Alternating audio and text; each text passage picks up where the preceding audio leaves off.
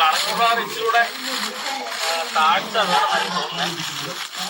നമ്മൾ ഓർമ്മയല്ലേ ഉള്ളൂ.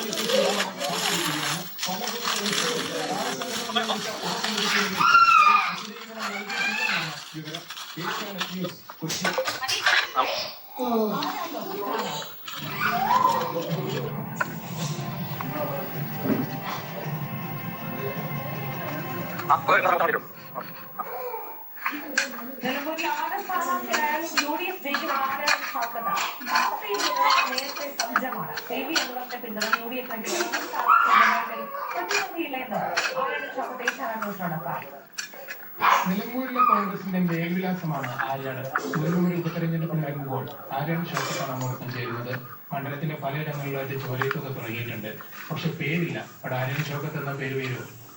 അല്ല, അത് പാർട്ടിയാണ് തീരുമാനിക്കുന്നത്.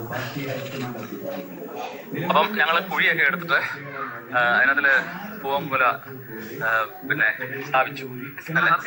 പൊരിഞ്ഞ പോരാട്ടമായിരുന്നു. അതെ, പൊരിഞ്ഞ പോരാട്ടമായിരുന്നു. അപ്പം എന്തായാലും അതെന്താണെന്നുള്ള അതിന്റെ റിസൾട്ട് ഒരു ദിവസം 24 മണിക്കൂർ മതി എന്നൊക്കെയാണ് നേരത്തെ ഉള്ള ഉപനൊക്കെ പറഞ്ഞു കിട്ടുള്ള അറിവ്. എന്തായാലും നോക്കാം. നാളെ വൈകിട്ട് ഞങ്ങൾ തുറന്നു നോക്കുന്നതായിരിക്കും. അതിന്റെ നന്നായിട്ട് വിളഞ്ഞ കായായിരുന്നു.